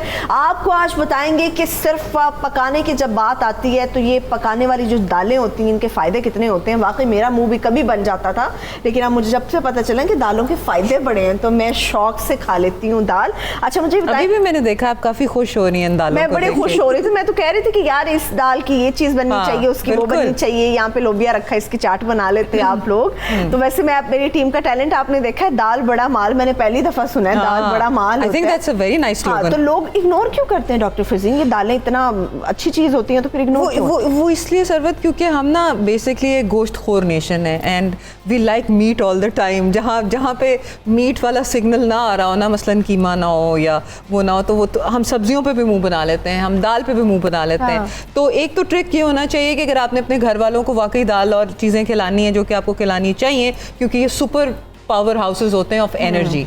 तो अगर आपने ये करना है, या कोई यूरिक एसिड का प्रॉब्लम है, हाई यूरिक एसिड का, या कोलेस्ट्रॉल का प्रॉब्लम है, हार्ट प्रॉब्लम है, भी हम फ़ायदे भी बात करेंगे, तो उसमें आप या तो थोड़ा सा मीट शामिल कर लें, या आप पकाने का तरीका अभी रिजवान साहब और आयशा बताएंगे। ऐसा होना चाहिए कि फिर बंदा कहे यार ये नारी साइड पे घर जरा वो दाल लेके आ, you know that shahi dal, that makhani dal. दालों की आपने बात की रिजवान साहब, मुझे एक बात बताएं, जब आप लोग शो वो कर रहे होते हैं सारा कुछ और देख के पता चल रहा था वाह भाई दूर से खुशबू फील हो रही होती है, टीवी के ऊपर खुशबू फील होना शुरू हो जाती है। सही बात। जब घर में बनने की बारी आती है तो सबका मुंह बन जाता है कि जी दाल बन रही है। वो ज़रा होटल लाइन में प्रोफेशनल तरीके से चीज़ों को मेंटेन किया जाता है। अच्छा। और घर में तो जैसे ट्रेडिशनल हमारा फूड वही बनाते हैं, घर बंदे स्पाइसेस यूज़ करते हैं ना होटलों में, तो घर में वो चीज़ें हमें नहीं मिलती बेसिकली। अच्छा, बड़ी ख़वातीन है आयशा जो कि फॉलो कर रही होती हैं जी आयशा क्या बना रही है, रिजवान साहब क्या बना रहे हैं, हमारे किचन में क्या बन रहा है, कितनी चीज़ कितनी क्वांटिटी में डाली है, उसके बावजूद दाल पे मुंह बन जाता है। तो लोगों को कैसे दाल की तरफ लाया जा सकता है, भाई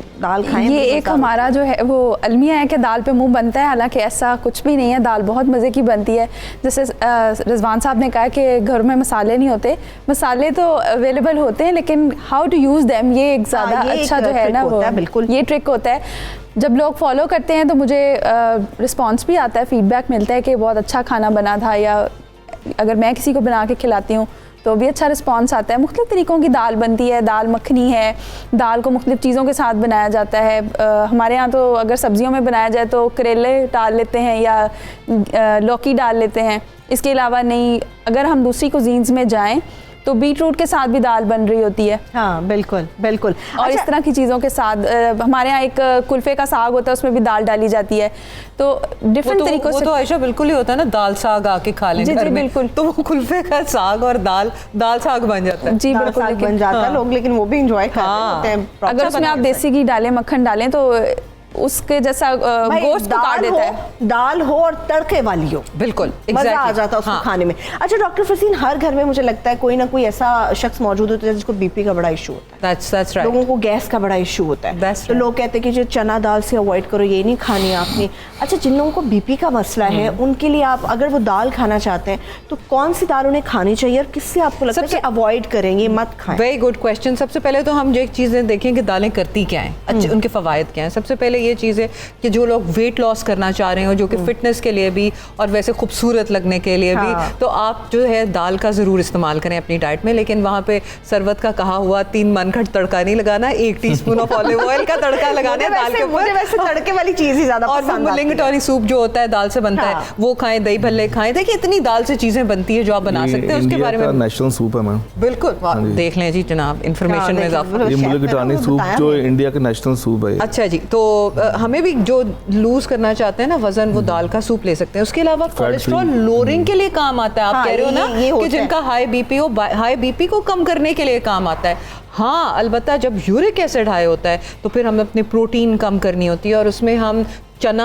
ये जो चना चिकपीस होता है, और उसमें चने की दाल, ये चीज़ें कम कर देते हैं। और मूंग की दाल जो है वो खा सकते हैं। अच्छा। लेकिन उसको भी हमने एक गार्डेड क्वांटिटी में यूज़ करना होता है। कहते हैं कि जो है दाल जो है वो तकरीबन 1 बोल रोज़ लेनी चाहिए, क्योंकि इसके अंदर जो लेडीज़ एक्सपेक्ट कर रही होती हैं उसके लिए फोलेट भी होता है। तो बच्चे की न्यूरल ट्यूब के लिए और उस सारी चीज़ों के लिए आयरन और फोलेट बहुत ज़रूरी है। तो दाल जो है वो जो जैसे दूर दराज के इलाकों में ख़वातीन एक्सपेक्ट कर रही हैं और हर रोज़ गोश्त नहीं खाना चाहती, तो दालें जो हैं वो उसकी कमी को पूरा कर सकती हैं। बिल्कुल, रोज़ाना की बुनियाद पे आप एक प्याला 60 ग्राम्स आप जो है वो ले सकते हो, और आप उसको खाओ जिस तरह फॉर्म में। अब देखो ना, उस कल मैं सोच रही थी कि हलीम बनती है, और हलीम फुल फूड है, मतलब उसमें बहुत गज़ाई बहुत गज़ाइयत है। और एक और चीज़ मैं ऐड करना चाहूँगी कि बहुत सारे लोग ये कहते हैं कि हलीम का वर्ड नहीं यूज़ करना चाहिए, दलीम का वर्ड यूज़ करना चाहिए। अच्छा, मैं हमेशा से समझती हूँ हलीम अलग है, दलीम अलग है। No, they are the same one, they are the same one, they are the same का नाम है ये। वैसे तो इंडियन लोगों ने इसको किया है, इसका नाम वैसे दलीम। अच्छा रिजवान साहब, देखें जिस तरह से दालों की बात हो रही है, बड़े लोगों का मुंह इसलिए बन जाता है, भाई ये क्या आपने बना लिया। दाल बनाते हुए लोग गलतियां भी बड़ी करते हैं। वो कई लोगों की दाल वो खड़ी खड़ी रह जाती है, कई की दाल में ऐसे लग रहा होता है पानी अभी भी बाकी जितनी मर्जी वो चूल्हे पे चढ़ा के रखी हुई हो, पानी हल्का हल्का लग रहा होता है। कई कहते हैं नहीं भी इसमें टेस्ट अजीबोगरीब सा आ रहा है। इसकी वजह क्या होती है? इसकी मैं ये कि प्रॉपर से कुक किया जाए ना, और पानी के मकदार का लेवल होना चाहिए। अगर आप ज़्यादा पानी डालते तो फिर वो पानी तैरेगा उसका। कई लोग कहते हैं कि दाल कच्ची रह जाती है अगर हम पानी ना ज़्यादा डालें, पकती स्लो हीट पे इसको कुक करें तो फिर नहीं होगा। अच्छा, ये बिल्कुल ठीक कह रहे हैं रिजवान साहब। एक वो आजकल जो कुकिंग का एक तरीका आ गया, सब कुछ प्रेशर कुकर में डाल दो, प्रेशर कुकर सीटियां मारता रहता है और आपको बड़ी होती रहती है, खाना पक रहा है, वो मजा नहीं आता, उससे टेस्ट अपना अरोमा नहीं देता उसमें। अच्छा, बहुत सारी चीजें ऐसी होती है आयशा जिसमें कहते हैं कि जी आपको लहसुन का इस्तेमाल करना चाहिए। बहुत सी चीजें ऐसी कहते हैं लहसुन नहीं, आप सिर्फ अदरक इसमें इस्तेमाल करें। जब हम तड़के की बात करते हैं ना, लोगों के ज़हन में आता है साबुत मिर्चें होंगी रेड वाली, थोड़ा सा जीरा हम लोग डालेंगे, उसको पकाएंगे और दड़म करके तड़का लगा देंगे। तड़का लगाने का सही तरीका कौन सा होता है? सरवत, हर दाल का तड़का मुख्तलिफ है। अच्छा। ये जो उड़द दाल है जिसको ये जो वाइट वाली जी मुख्तलिफ है। ये जो दाल है इसका मैंने सबसे आपके फोरम पे मैं बताना चाहूँगी कि ये जो दाल है इसमें हम लहसुन जो है वो और अदरक सिर्फ वो डालते हैं, और उसका पहले उसको थोड़ा सा भून के, और उसके बाद उसमें अगर तो आप टमाटर डालना चाहते हैं तो डालें, मैं नहीं डालती हूँ। और सिर्फ हरी मिर्च डालें और नमक मिर्च जो आपका सिंपल मसाला है, नमक मिर्च हल्दी, वो ऐड करके, और आप भिगी हुई दाल जो है वो इसमें ऐड करके पकाएं स्लो हीट पे। आप इमेजिन नहीं कर सकती कि उसका टेस्ट कितना अच्छा है। ये माश की दाल है ना? जी, माश की दाल, इसको उड़द की दाल भी कहते हैं। याद रहते हैं नाम दालों के, लेकिन ये लोग कलर्स की वजह से याद रखते हैं। मैं नहीं भूलती कि मुझे पता है, याद रखते हैं कलर्स की वजह से। वाइट दाल, ऑरेंज दाल, पीली दाल, बिल्कुल काली दाल। अच्छा, मैंने ना ये इसकी मूंग की दाल का नाम बीमारों वाली दाल रखा हुआ है। शाबाश भाई, ये इसीलिए लोग नहीं खाते। हमारा एंकर जो है वो बीमार कह रहा है भाई ये सेहतमंदों की दाल है। आप प्रमोट कर रही है दालों को। के साथ बहुत मजेदार लगती है। हर दाल पराठे के साथ अच्छी लगती है। आप गरम पराठा ले लें और उसमें ठंडा दाल डालें। जो दाल है, चने की दाल है, उसका तड़का जो है वो उसमें ज़ीरा और थोड़ा सा मक्खन आप डालें और उसके अलावा जो है जो लाल बटन चिलीज़ होती हैं, लाल गोल मिर्च होती है, वो डालें और कड़ी पत्ता डालें, तो वो उसका टेस्ट बहुत अच्छा जो है ना वो डेवलप होता है। अच्छा, ये भी मैं आपसे पूछूंगी, लेकिन डॉक्टर फरजीन, बहुत सारी लड़कियां जो कहती हैं कि जी वज़न कम करना, उनको मशवरा देते हैं तुम दाल खाया करो, तो उसमें कहते हैं कि जो मसूर की दाल स्पेशली है वो खाओ, ये सही होती है? ये भी कहते हैं कि गर्म भी बहुत होती है, जो बच्चियाँ कुंवारी होती हैं जिनकी शादी होने वाली, तो उनको नहीं इस्तेमाल करनी चाहिए ये दाल डाइटिंग के लिए। क्या ऐसा कोई कॉन्सेप्ट मौजूद है? ऐसा कॉन्सेप्ट है, क्योंकि इसमें एनर्जी बहुत ज़्यादा होती है। ये जो मसूर की दाल है ना, तो उसमें ये होता है कि ऑब्वियसली जो देखिए मैं आपको एक बात बताऊँ, एक गर्मी होती है ऑफ एनिमल फूड, मसलन गोश्त की गर्मी या ज़्यादा आपने स्टेक बीफ खा लिया उसकी गर्मी, और एक होती है वेजिटेबल प्लांट जो है उसकी गर्मी। That is not bad for health, it gives you more energy. तो इसलिए वो ख़वातीन जिनके साइक्लिकल डिस्टर्बेंसेस भी हैं और प्रॉब्लम होती है माहवारी वगैरह में, they can also use this मसूर की दाल। इसके अंदर भी बहुत एनर्जी होती है और वेट लॉस में भी ये बहुत मदद करती है। लेकिन पता है दालें चेंज करती रहनी चाहिए, ये नहीं कि मसूर के पीछे ही पड़ गए और ये नहीं कि चने के पीछे पड़ गए। You mix and match. In fact in certain countries दालें मिक्स करके ही पकाते हैं कई जगहों पे। हमारे यहाँ भी डॉक्टर साहिबा ये जो मूंग और मसूर की दालें इसको मिक्स करके पकाया जाता है, लोग अकेली नहीं बड़ा इसका इस्तेमाल कर रहे हो। अच्छा, आप तड़के की बात कर रही थी सरवर, तो मैं आपको बताने रहती हूँ, हींग एक चीज़ है, ठीक है? जी जी बिल्कुल। हींग is very healthy by the way. और जो जैसे आजकल का फ्लू आ रहा है इतना ज़्यादा, हर कोई सुड़ और बेचारा बीमार पड़ा हुआ है जी, एंटीबायोटिक खा रहे हैं। सुड़ कर रही हूँ मैं आवाज नहीं आ रही सुड़ की है ना, कैमरे के सामने नहीं कर सकती, गायब ही सुड़ हो रही है सरवर। मुझे बीमार लोग देखेंगे तो खुद बीमार हो जाएंगे ना। एग्जैक्टली, आप दालें प्रमोट करिए, आप दालों को बीमार नहीं करें, आप बताएं कि बहुत हेल्दी है। हमारे जो बीन्स हैं सैलेड में यूज होते हैं, ठीक हो जाएंगी। कौन सा वाला सूप कह रहे हैं? अच्छा, इसी फरमाइश पे आज मंगवा लें। मैं वैसे टाइम होता ना तो मैं आपसे रिजवान साहब बनवा के आपको फिर जाने देती हूँ यहाँ से, उसके बाद जाने देती।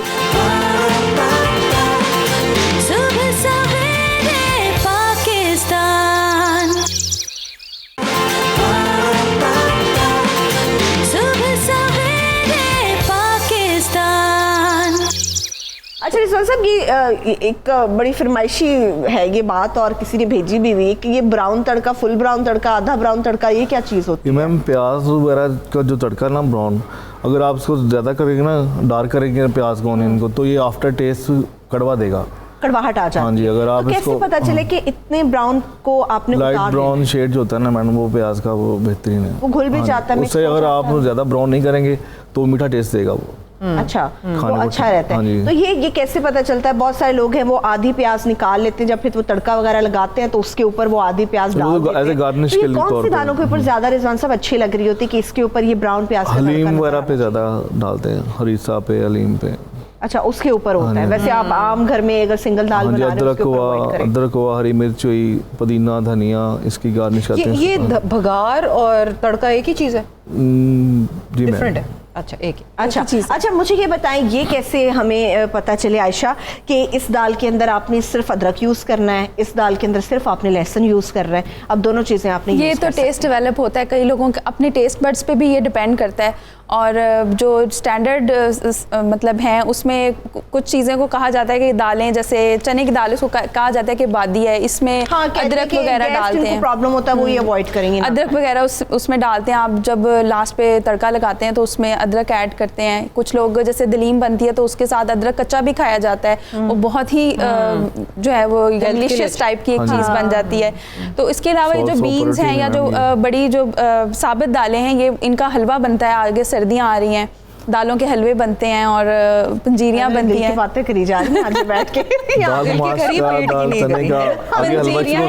सबके करीब साबित मूंग की पंजीरी बनती है और दाल की पंजीरी बनती है, हमस बनता है, हमस इतना अच्छा बनता है। वो ये बताएं, बहुत सारे लोग हैं जिस तरह से जिसको चने की दाल बहुत पसंद है मगर गैस्ट्रिक इश्यूज हैं उनको, इसके अंदर कौन सी चीज़ ऐड वो करने हैं कि इसका बादीपन भी ख़त्म हो जाए और वो इसको खा भी सके, इंजॉय भी कर सके? जैसे अभी बताया है, आयशा बता रही थी कि कई दफ़ा बादीपन को ख़त्म करने के लहसुन या अदरक जो भी आपको सूट करता है, लेकिन इसके अलावा क्या हम लेकिन अगर आपको इससे इंटॉलरेंस है और गैस ज़्यादा फॉर्म हो रही है और एसिडिटी हो रही है तो फिर आप मत खाइए, then have other, maybe मूंग की दाल जो है दैट इज़ लाइटर, क्योंकि जो चने की दाल होती है दैट्स अ हेवियर दाल, और क्योंकि इनके अंदर फाइबर कंटेंट होता है, इसीलिए ना कहते हैं डाइटर्स लें, जब वो सूप पी लेते हैं तो वो सुबह से लेकर अगर सूप पिया तो रात तक चल जाते हैं, क्योंकि फाइबर कंटेंट बहुत ज़्यादा होता है, कॉन्स्टिपेशन नहीं होती, वजन भी साथ साथ लूज हो रहा होता है, और आपको फीलिंग ये होती है कि आप भरे हुआ, आपका पेट मतलब भूख नहीं लग रही, तो इसलिए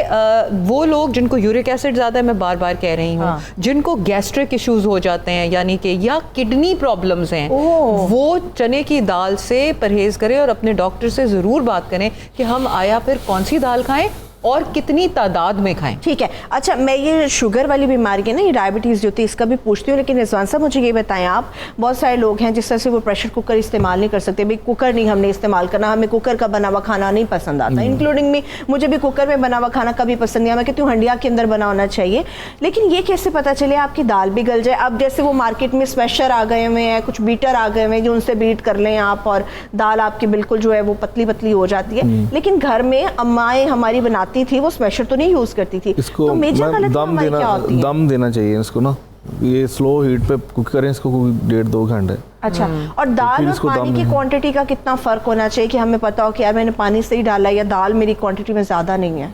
दाल से थोड़ा सा ज्यादा होना चाहिए पानी। अच्छा, मतलब आपने 1 कप दाल ली है तो 1.5 कप पानी होनी है, 1.5 से 2 कप आप पानी इस्तेमाल। तो दाल पहले कितनी देर डिप करनी चाहिए? बहुत सारे लोग हैं रात को डिप करके छोड़ देते हैं। नहीं मैम, घंटा बहुत है, घंटा काफी है। चने वगैरह जैसे पिंडी इस्लामाबाद का एरिया है, वहाँ पर दालें गलाना जो है ना वो सर उनका मैम पानी का थोड़ा सा, तो वो क्या करें? वो क्या कर सकते हैं दाल वो उसको ज्यादा देर सोक करें तो वो जल्दी हो जाती है। ओवरनाइट जब दाल सोक की होती है, एक तो वो बहुत जल्दी गल जाती है और दूसरा वो बहुत खिली खिली और बहुत अच्छे अंदाज से जो है ना वो। अच्छा डॉक्टर फिर हम लोबिया को हमेशा, मतलब मैं अपनी नज़र से देखूँ तो मैं लोबिया को सिर्फ चाट के अंदर देखती हूँ।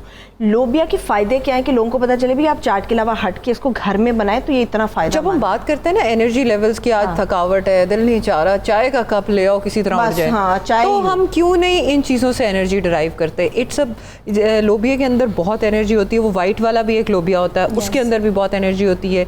ये riboflavin, vitamin B12, niacin, vitamin B12 की हम में अक्सर लोगों में कमी होती है और बार बार हम बताते हैं कि आपके एनर्जी लेवल्स भाई इसलिए हो रहे हैं, चाय के कप पी के सही नहीं होंगे, बल्कि आप अपने अंदर विटामिन B6, B12 रखो। सो दीज ये जो है ये सारी लेडन होती हैं, इसलिए जैसे अब आप कह रही हो कि चाट भी बना सकते हैं, तो इसको सैलड्स के अंदर भी लोबिया को बहुत यूज किया जाता है। सैलड में मैक्रोनी के साथ बहुत एक मजे का हेल्दी कॉम्बिनेशन बनता है और फ्लेवर भी बहुत अच्छा। और मैं एक और चीज़ ऐड करना चाहूँगी जो कि शायद हमारे यहाँ लोगों को नहीं पता, कि इटली में हमारे यहाँ तो ये मतलब उगती हैं, इनको काश्त किया जाता है और ये हमारा यानी कि असासा है या हमारी एक स्पेशलिटी है दालें पाको हिंद की। और इटली में क्या होता है कि न्यू ईयर ईव पे जो है वो दाल बनाई जाती है, मुख्तलिफ दालें बना के उनको सर्व किया जाता है दावतों में, उसको प्रॉस्पेरिटी के पॉइंट ऑफ व्यू से सर्व किया जाता है। हाँ जी बिल्कुल, कि नया साल शुरू हो रहा है तो हम दाल, और हमारे यहाँ गोश्त जो है हमारे तैयारी हर चीज़ की गोश्त से हो जाती है, मटन ये गोश्त से ज़्यादा फायदेमंद है। बस मैं आपको बताऊँ, दालें मेरे साथ कॉलर मौजूद है, सुहेल की तरफ पढ़ते हैं। जी मेरे भाई सुहेल, बात कीजिए। सुहेल अगर हमें सुन रहे हैं तो बात कीजिए। चलिए सुहेल हमारे साथ नहीं है, ज़ारा से बात कर लेते हैं। जी ज़ारा, बात कीजिए। जी मैंने ये पूछना था कि जो है ना वेट बहुत ज़्यादा है मेरे मियाँ का, तो उनका पूछना है यूरिक एसिड भी ज़्यादा है, कोलेस्ट्रॉल भी बहुत ज़्यादा है। अच्छा, तो दाल के शौकीन है, कौन सी दाल खाएं आप ये पूछना चाह रही हैं? वजन कम करने के लिए वो क्या करें? वैसे भी कम करने के लिए पूछ रही हूँ कि क्या चीज़ उनको बेहतर है या क्या नहीं। घी वगैरह तो वैसे भी हम अभी। चले मैं पूछ लेती हूँ Zara, thank you so much आपने कॉल की। डॉक्टर फरजीन, यूरिक एसिड भी है, कोलेस्ट्रॉल भी है और वेट उनका कम करना है, बताएं। अच्छा, जब यूरिक एसिड की बात आ जाती है ना तो फिर इमीडिएटली बाकी चीज़ों को हम ज़रा थोड़ा रख के बाला तक बात ये करते हैं कि फिर आप सब्जियों की तरफ ज़्यादा ध्यान दें। और अगर उनको दाल पसंद है तो आप दाल फिर मिनिमल अमाउंट में दें, या मूंगी की दाल दें या मसर की दें, लेकिन चने की या चिकपीस या लोबिया इसको साइड पे कर दीजिए। और उसका अगर आप सूप बनाएं तो उसमें सूप में ये होता है कि यू हैव अ फीलिंग कि ये ज़्यादा चीज़ आ गई है लेकिन उसमें कंटेंट थोड़ा होता है। सो आप अगर दाल देना ही चाहते हैं तो हफ्ते में 2 दफ़ा दे दें वो। और इसके अलावा सब्जियां यानी कि कद्दू, टिंडे, ये क्या है, तोरी, काली तोरी, इनकी सब्जियों का ज़्यादा इस्तेमाल करें, रेड मीट से परे रहें, फिश दें अगर आपने देनी है, और फिर उसके अलावा ये इनके लिए फायदेमंद है। उससे कोलेस्ट्रॉल भी इनका नीचे आएगा और बाकी चीज़ें भी। और सैर बहुत इंपॉर्टेंट है। समहाउ हम डाइट और डाइट जो है उस पर बहुत तवज्जो देते हैं, लेकिन एक्टिव होना, वॉक करनी लाइफस्टाइल में बहुत इंपॉर्टेंट बात है कि वजन सिर्फ इस चीज़ों से कम नहीं होगा, थोड़ी सी अपनी एनर्जी लेवल। ठीक है, मुझे ये बताएं जिनको डायबिटीज का मसला है वो कौन सी दाल का इस्तेमाल ज्यादा कर सकते हैं? वो ये मसूर वाली दाल और ये मूंग वाली दाल, ये मिक्स करके बना और ये जो क्या नाम लिया था, उड़द दाल या माश की दाल, माश की दाल इस्तेमाल कर सकते हैं। उड़द दाल, चले मुझे अभी पता चले उड़द दाल है ना, नहीं उड़द है, उड़द एक हड़हड़ भी दाल होती है, नहीं वो हड़हड़ कोई और चीज होती है, लेकिन दाल नहीं होती, मुरब्बा होता है, हड़ीड़ होती है। एक चीज होती है जो दाल से बनी होती है और दाल में डालते हैं, वो मुझे नाम बढ़िया भी कहते हैं, बढ़िया बनाती हैं। और मैं आपको एक और बात, चलो मैं बड़ियों के ऊपर अगला सेशन रख लूंगी, अभी मुझे जो है ना क्लोजिंग की तरफ जाना है। डॉक्टर फरजीन फटाफट मैसेज दें उन लोगों के लिए कि जिनको पता नहीं है कि दाल से आप मुंह ना बनाएं, इसकी इफादियत क्या है? देखिए जी, सब इफादियत आपको बता दी है। डायबिटीज़ में काम आती है, ब्लड प्रेशर में काम आती है, आयरन आपको दे रही है, कैल्शियम फॉस्फोरस आपके बोन्स के लिए अच्छी है, क्या बात है? आपके एनर्जी लेवल्स के लिए अच्छी है, वजन कम करना है तो भी अच्छी है। छाइयों के लिए मुंह पे लोग मसूर की दाल क्रश करके उसके अंदर रोज वाटर डाल के, हल्दी डाल के मास्क बनाते हैं, उससे आपका चेहरा ग्लो करता है। जो मास्क की दाल है इसको बालों में लगाया जाता है, मैश करके बालों की स्ट्रेटनिंग के लिए यूज किया जाता है। आयशा फटाफट उन लोगों के लिए मैसेज दे दें कि दाल को आप मजेदार कैसे बना सकते हैं, कोई भी दाल हो। दाल को मज़ेदार बनाने का एक तरीका है कि आपको उसका तड़का जो है वो अच्छा लगाना आना चाहिए। जैसे ही आप तड़का अच्छा लगाएंगे then you get to know कि आपकी दाल का टेस्ट कैसे बेहतर होता है। और मक्खन इस्तेमाल करें दाल में, वो लास्ट में वो बहुत खूबसूरत, एक तो शाइनिंग आ जाती है उसमें और आप खाने में बहुत। वैसे जितनी मोहब्बत से लोग यहाँ पे गोश्त बना रहे होते हैं ना पाकिस्तान के अंदर, इतनी मोहब्बत से दालें बनाएं तो आपको समझ आ जाए कितनी मज़ेदार ये दालें होती हैं। बहुत शुक्रिया डॉक्टर फरजीन आपका, thank you so much. Ayesha Rizwan साहब आपका बहुत शुक्रिया। इसके साथ ही मुझे भी इजाज़त दीजिए। आज के इस शो का फीडबैक और दालों से मुतालिक जो बात हुई है उसका भी फीडबैक हमें ट्विटर फेसबुक पेज पर जरूर दीजिएगा। अपना बहुत ख्याल रखिए। खुदा हाफ़िज़।